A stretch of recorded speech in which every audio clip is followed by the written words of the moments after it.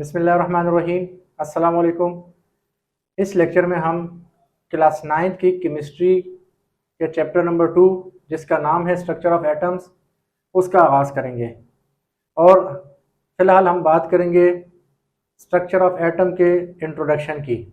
जैसा कि हमने फर्स्ट चैप्टर में पढ़ा था कि atom is the smallest particle which can not be further सब डिवाइडेड, यानी एटम वो बारीक तरीन ज़र्रा है जिसको मज़ीद तोड़ा नहीं जा सकता, जिसके मज़ीद पीसेस नहीं किए जा सकते। ये हमने फर्स्ट चैप्टर में स्टडी किया था। तो एटम की तारीख़ भी कुछ इस तरह की है कि इसको मुख्तलिफ़ तजर्बात के ज़रिए मुख्तलिफ़ अदवार में मुख्तलिफ़ साइंटिस्ट ने अपने अपने एक्सपेरिमेंट्स के थ्रू प्रूव किया कि एटम के अंदर मज़ीद पार्टिकल्स भी मौजूद हैं। आज जो हम एटम का स्ट्रक्चर बनाते हैं, जो चंद सेकंड्स में हम बना लेते हैं, वो इतना आसान नहीं था, बल्कि इसके पीछे साइंसदानों की कई दहाइयों की मेहनत है। कई साइंसदानों ने मुख्तलिफ एक्सपेरिमेंट्स करके ये प्रूव किया कि एटम का स्ट्रक्चर इस तरह का है। तो सबसे पहले आगाज़ करते हैं कि एटम के बारे में पहले बात किसने की। तो वो थे जनाब कदीम यूनानी फ़िलासफ़र डेमोक्रिटस।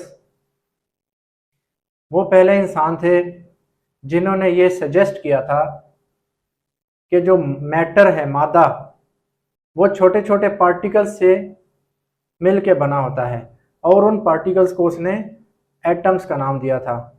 और उसने ये भी कहा था कि ये एटम वो छोटा पार्टिकल है जो मज़ीद छोटा नहीं हो सकता, जिसको मज़ीद तोड़ा नहीं जा सकता। तो ये लफ्ज़ असल में एटोमोस था। ग्रीक लैंग्वेज में एटोमोस का मतलब था इनडिविजिबल, यानी ऐसी चीज़ जिसको मज़ीद तोड़ा नहीं जा सकता। तो 19वीं सेंचुरी के आगाज़ में जॉन डाल्टन ने अपनी एटॉमिक थ्योरी पेश की, जिसका मतन ये था कि all matter is made up of tiny individual particles called atoms, के तमाम मादे जो हैं वो छोटे छोटे ना टूटने वाले पार्टिकल्स से मिलकर बने हैं, और उन पार्टिकल्स को एटम कहा जाता है। ये जो थ्योरी थी ये 19वीं सेंचुरी के एंड तक इसी तरह मानी गई, और ये कंसिडर किया गया कि एटम को मज़ीद डिवाइड नहीं किया जा सकता। लेकिन 20th सेंचुरी की बिगिनिंग में,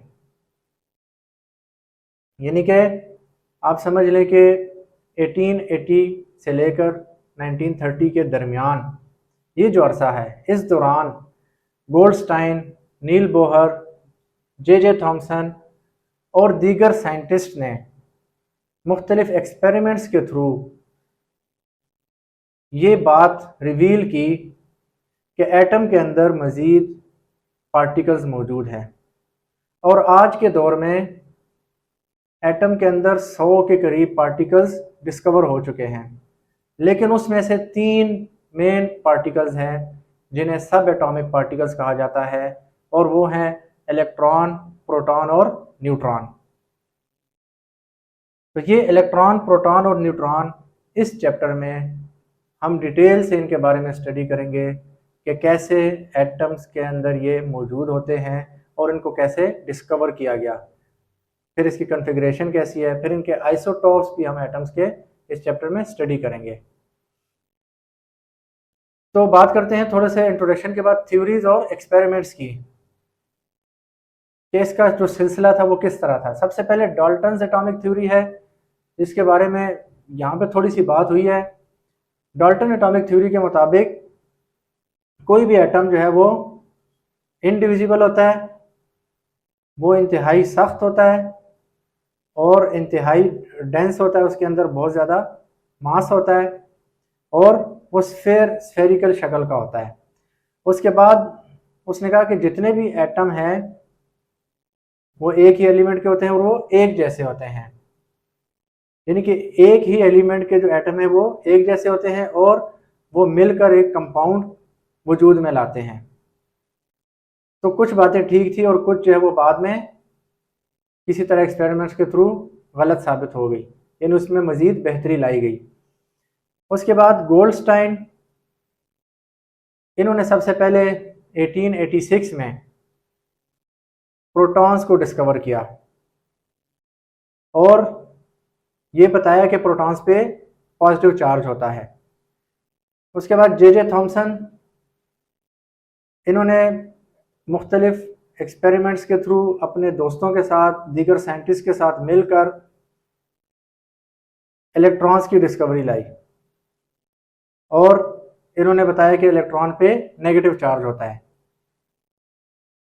तो 1895 से 1897 के दौरान इन्होंने अपने दीगर फेलोज के साथ मिलकर मुख्तलिफ एक्सपेरिमेंट्स के थ्रू ये प्रूव किया कि एटम के अंदर प्रोटॉन के अलावा एक और पार्टिकल भी है जिसकी नेचर प्रोटॉन से मुख्तलिफ है, और उसको फिर उसने इलेक्ट्रॉन का नाम दिया।